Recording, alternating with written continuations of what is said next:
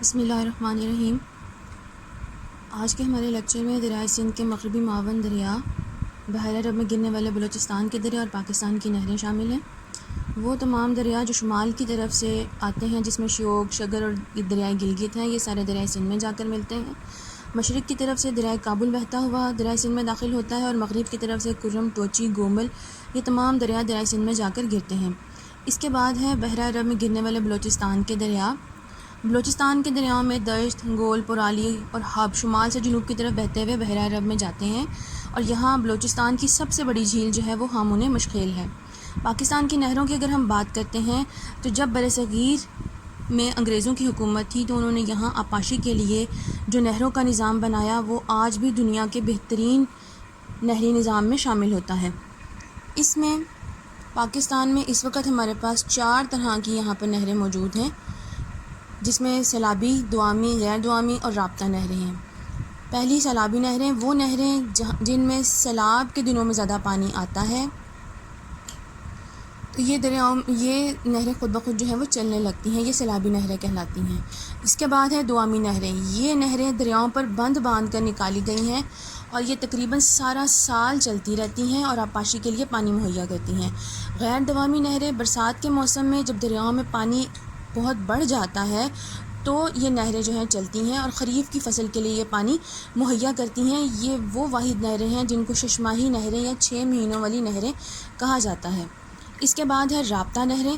صوبہ پنجاب کے 2 دریا ستلج اور راوی بھارت کے علاقوں سے گزر کر یہاں پر آتے ہیں۔ بھارت نے ان دریاؤں سے نہریں نکال لی ہیں، اس لیے ان دریاؤں میں پانی کی کمی کو پورا کرنے کے لیے مشرقی دریاؤں سندھ، جہلم اور چناب سے جو پانی لیا جاتا ہے وہ ان دریاؤں کی کمی کو پورا کرتا ہے اور یہ رابطہ نہریں کہلاتی ہیں۔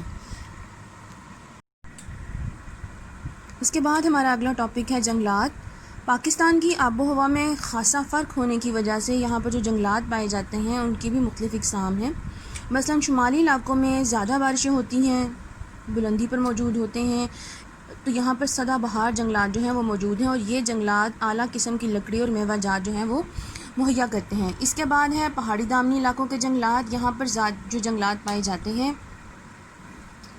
یہ زیادہ بلندی پر نہیں ہوتے، اور اس میں زیادہ تر بیر، توت اور سنبل کے درخت جو ہیں یہ عام ملتے ہیں۔ اس کے بعد ہے صوبہ بلوچستان میں پائے جانے والے جنگلات۔ صوبہ بلوچستان میں کوئٹہ اور کلات کے علاقوں میں زیادہ تر جو جنگلات پائے جاتے ہیں وہاں پر خاردار جھاڑیوں والے پودے یا درخت جو ہیں وہ موجود ہوتے ہیں، جس میں چلغوزہ، توت اور پاپلر کے درخت اہم ہیں۔ میدانی علاقوں میں وہ علاقے یا وہ وادیاں جو دریاؤں کے آس پاس موجود ہیں وہاں پر کچھ جنگلات پائے جاتے ہیں، جس میں شیشم، پاپلر، شہتوت، سنبل، جامن، دھریک اور سفیدے کے درخت شامل ہیں۔ اب اس کے بعد ہے جنگلات کی اہمیت۔ جنگلات کی اہمیت ہماری زندگی میں کیا ہے، یا جنگلات ہونے کی وجہ سے کیا اس کی امپورٹنس ہوتی ہے۔ اس میں سب سے پہلے تو یہ کہ شمالی علاقوں میں جو جنگلات ہمارے پاس موجود ہیں، پہاڑوں پر درختوں کے ہونے کی وجہ سے جب تیز بارش ہوتی ہے یا پانی پہاڑوں کے ڈھلانوں سے بہہ کر نیچے آ رہا ہوتا ہے تو یہ مٹی کے کٹاؤ کو روکتے ہیں۔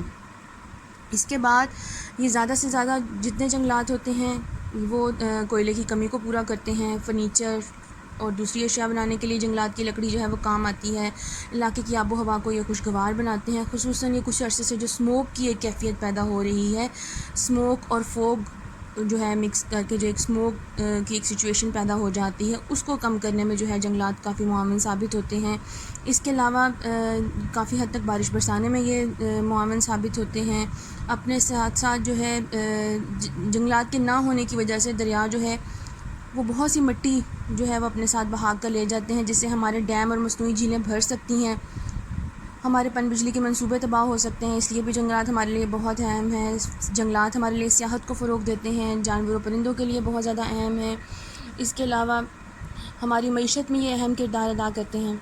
اس کے بعد ہے پاکستان کی جنگلی حیات۔ پاکستان میں جتنے قسم کے یہاں پر جنگلات پائے جاتے ہیں اسی حساب سے یہاں پر جنگلی حیات بھی موجود ہیں۔